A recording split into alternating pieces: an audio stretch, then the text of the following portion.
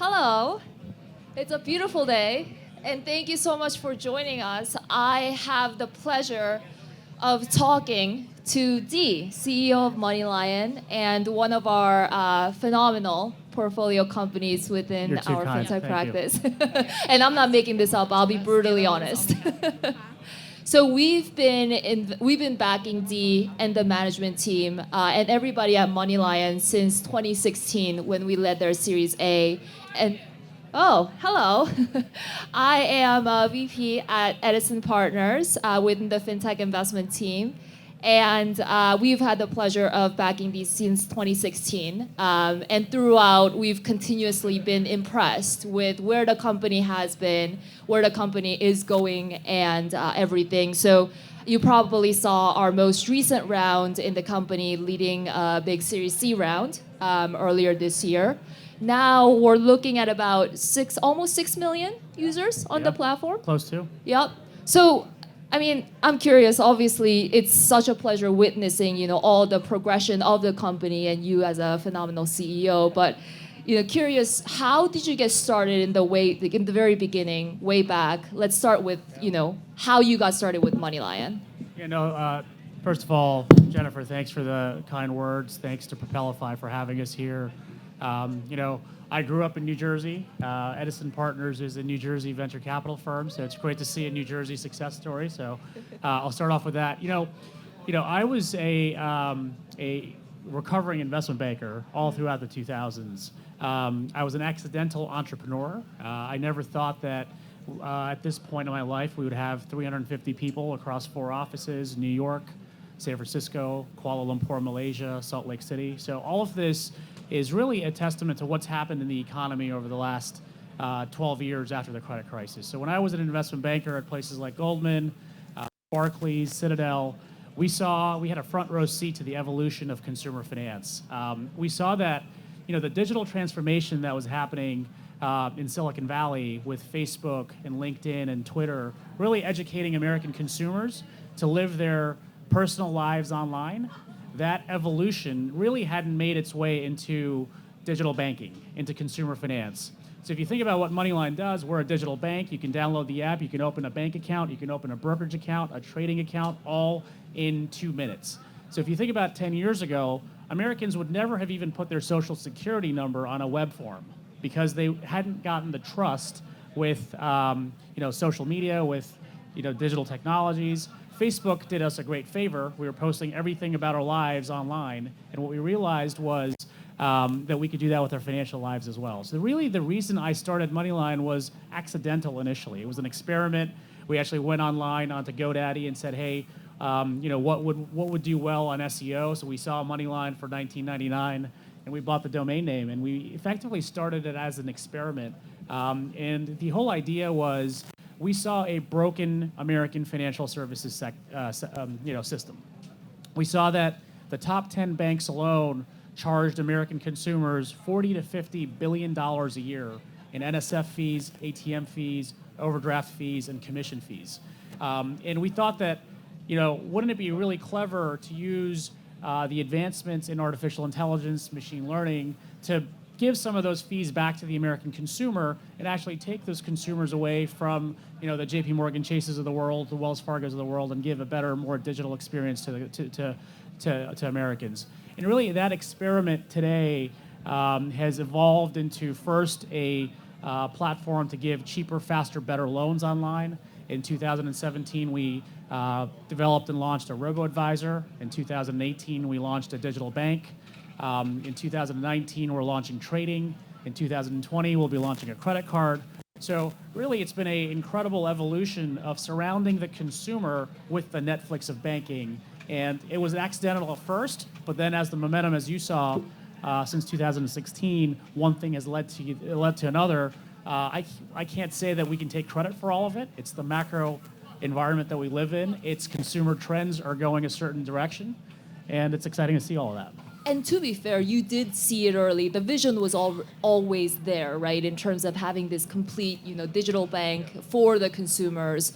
But there's so much noise over the last year or so with all these other challenger banks. So what makes MoneyLion different, right, among everyone else? Well, I mean, we have great investors like you guys. You guys force us to course. hold a lot of discipline on economics. There's a view of the world where you give everything away for free. You acquire millions of users, and you hope that at some point, someone will give you enough money to really have the luxury of time to figure out a path to profitability. So a great example of that is Venmo, right? So if you think about Venmo has probably 70 to 80 million users in the United States. They make up probably anywhere from 30 to 40% of the market cap of PayPal, right? But when Venmo was standalone, no VC or no investor would really touch them because of this burn problem that they had, and they had really no path to monetization.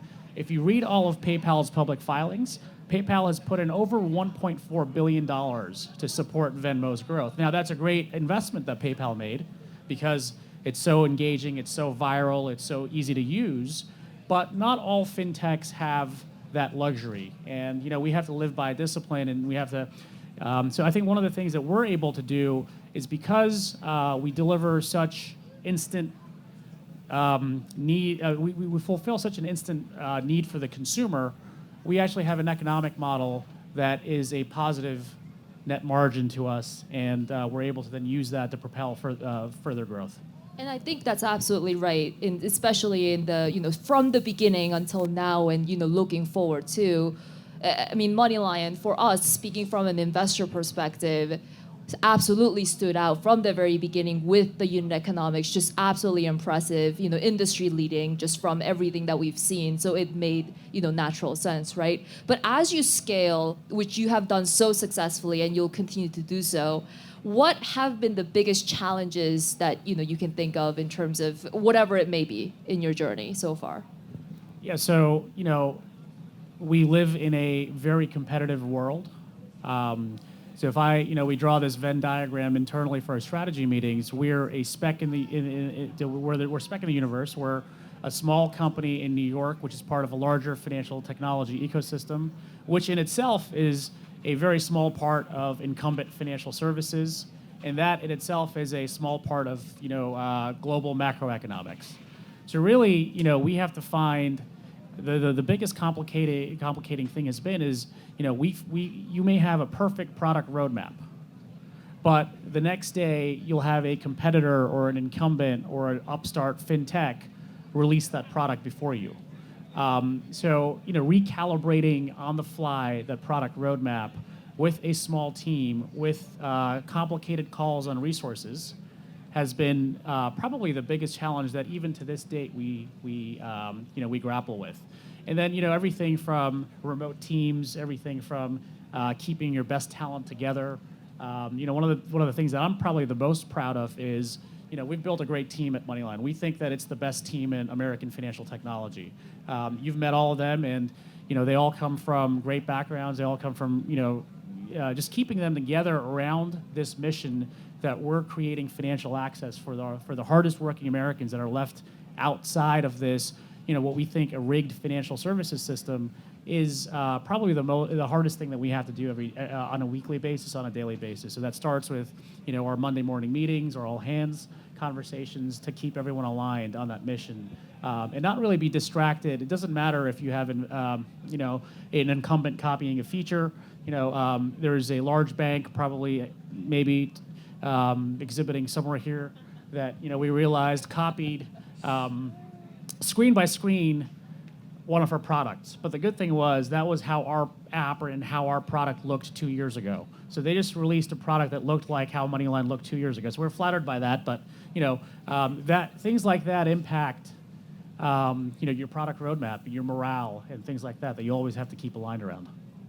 Makes sense. So on the same line of thought, what are your biggest priorities? Kind of, wrapping up this year, looking into 2020, what's, some of your top things that you are both most excited about and most worried about for the next, 12, 18 months? Yeah, so our business model is fairly unique. We deliver financial services like a subscription. So, just like you would get a Netflix subscription to watch all of the content that's available. You pay $10 to $12 a month to do that. We have a similar model where you pay $10 to $20 a month and you get all of it. You get a bank account, you get trading, you get financial advice, you get the ability to borrow money, you get rewards, you get cash back, all of that for $10 to $20 a month. So with that business model, one of the hardest things is on a monthly basis, we have to convince our members that there's value for that $10 to $20. So just like Netflix has to continue investing in next year's Game of Thrones or whatever, that's HBO, but you get it, House of Cards or whatever it is, just like they have to invest in content every year, we have to continuously prove to the consumer that our product is very valuable to keep churn low and things like that. So we have to be a product factory. We have to continue giving the consumer value. And for that, it goes back to what I was saying before, is keeping the team aligned. Makes sense. Just a fun question. If you were to start a company today, what would you do? Oh, that's a tough one. Look, I think that there's still, we're probably still on the fourth or fifth innings in the United States of the promise of fintech, right? So, we've seen a lot of great companies in digital banking, in crypto, in various different sectors here. So, I would work on the idea of financial engagement. So, the promise that fintech had of bringing financial health into the daily lives of consumers is a half-met promise still. So what we're seeing is that people day zero love to talk about financial literacy, but they give up in a few days. So how do you build products that really engage your consumers on a daily basis? MoneyLion starting to do that, and we're building some of that into our product today. But really around that, engaging with their financial life on a daily basis, those continue to be a fourth inning proposition here in the U.S. today. It makes sense, and I think MoneyLion has always embraced the whole concept of financial wellness from early on too, right? Because that is the basis of making everyday Americans get a better grasp of your day-to-day financials. Isn't that right? Yeah, it has. And our product a couple of years ago, we had a proposition with our members that if you log into our mobile app every day, you would get $1 back off your membership fee. So those things have had various levels of success. Whenever you're giving dollars back, I think it really drives engagement for our members. We have something we call Lion Share. The more you use the app, we actually pay you to use it, and that's been a wild success. We have to figure out the marginal unit economics on that, and sometimes it doesn't work for us, but really it works in driving an engagement. It works in really using the product significantly. One last question before I open up to the audience for any questions from them. But any advice that you would give to either a fellow CEO or another entrepreneur looking to start a fintech company today? Yeah, look, I mean, the first thing is you have to have conviction in yourself. You have to take an attitude approach that failure is not an option. You have to basically believe, really, it's lonely at this level. So really what helped me kind of get through the last couple of years was just having great teammates. So I would never advise anyone to do it alone. I would advise everyone to pick one or two co-founders that really have orthogonal skill sets. So if you're a business person, make sure that you have trust in someone who's built on the technology side or vice versa. The reason why we have a large team in Kuala Lumpur is my CTO is from Malaysia. And we have, an incredible amount of trust in each other. We've known each other since the 90s. So that's been one of the reasons we've been able to scale laser fast, because I don't have to worry necessarily about the vision being misaligned or aligned. There's lots of horror stories about co-founders, but really just spending the time up front, whether, sometimes you could get lucky and it could happen in a month, but even if it takes 6 months or a year, really finding that core team to work with is probably the best advice I could give to people starting a new company. And to fellow CEOs, it's really staying the course and making sure you're surrounding yourself with good investors, good partners, good vendors. Continues to be simple blocking and tackling that at least from my perspective. Perfect. So we'd love to open up to the audience, for any questions that you guys might have. Yep.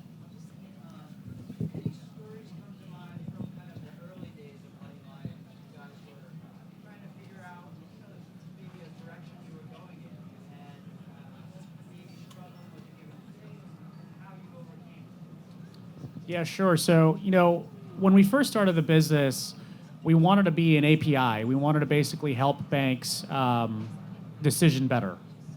And what we realized was that the three of us that started the company, we were just horrible salespeople to banks, and we just didn't have the patience to go through 3, 6, 9-month sales cycles to convince banks. And even when we convinced banks to decision on their behalf for, say, online loans. If someone's applying online for a $5,000 loan, let us be the decision engine. We have the AI, we have the machine learning. What we realized was just to onboard with the bank would take 3 to 6 months, and we would never get the SOC 1, SOC 2 compliance that the banks would really need. So that's when we decided to pivot to actually go get our own Utah state license and start experimenting online by buying leads from Facebook for $4 and converting them into loan takers for $10, getting the our AI guys enough data. So back then in 2013, the rule of thumb was you need 1,500 decision points to build an AI model. So my first challenge was making sure that we had enough money to fund 1,500 loans, and even if 10% or 15% of them defaulted, to make sure. So the first 6 months really was to find angel investors who would be willing to give me that capital. No hedge fund or no bank or no credit line would give three guys with an idea about MoneyLion that type of capital. So that was really the iteration that we had to do for the first 6 months just to get the product off the ground. Once we had that, once we started training the models, it was a flywheel thereafter, because then you get all the performance data for the hedge funds to give you more and more capital after that. So that was the first pivot, but really nerve-wracking in terms of do you go become a B2B SaaS company working for the banks and delivering sort of better decisioning, or do you actually make this pivot to be a direct-to-consumer business? Both of them have different pros and cons. But that was the first fork in the chapter. Any other questions? Yes. Right now, you're consumer only. Do you anticipate a small business? So right now, we're absolutely consumer only because you have to keep laser focused. There are parts of our product that work for B2B, but not necessarily from a direct-to-business financial product perspective. But we have what we call MoneyLion Bonus. And this is a product that we actually deliver through employers. So large employers, for instance, we have a partnership with Ford. So Ford offers MoneyLion as a perk to their employees. So they'll get their direct deposit, their payroll into MoneyLion's digital bank. Their employees will get access to salary advances, credit products, trading, investment management. So that's our take on our business partnerships. Any other questions? Oh, yes. You talked about engagement earlier as something that you're interested in doing. When it comes to engagement and transparency in fintech, a lot of people are focused on blockchain. Do you think transparency, that kind of technology, is good in the public sector? Because we already see a lot of uncertainty in the market based on people doing things that they don't understand. Right? Facebook is a great channel to communicate. There's a lot of data, but people consume data differently. So do you think engagement should be focused on before we go into transparency, or transparency first? Yeah, look, it's a very good question. There's lots of policy work being done around whose data it is that we're consuming. So, for instance, the promise of MoneyLion is best met when consumers link all of their financial accounts to MoneyLion. So we go to painstaking length to have a conversation with the consumer in our onboarding and in the life cycle of the consumer as to what we do with that data by way of sharing it with any other partners. As it relates to your question around blockchain, I think that really you have to think about blockchain as really how you're using a database. So you can use a public protocol to access a database just to register that I'm using your data and you're giving me permission. Or you could just basically build a compliant platform internally without really using the technology of the blockchain. So, the approach that we've taken, we've been pitched, credit reports on the blockchain. We've been, basically debt collections on the blockchain. All those businesses ultimately just change the way that they're earning economic rents, and we've never really found ways where we can make that into a business model neutral or from a cost perspective. So we really haven't found the right way to use the blockchain. I think it's got a lot of promise in the future for us.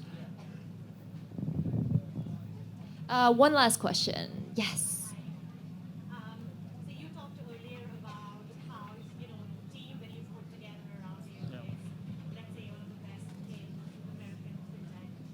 What have you done differently, do you think, in terms of keeping a talented team in such a competitive talent landscape? And, what advice do you have for other founders who want to keep good people intact that might help them retain that talent?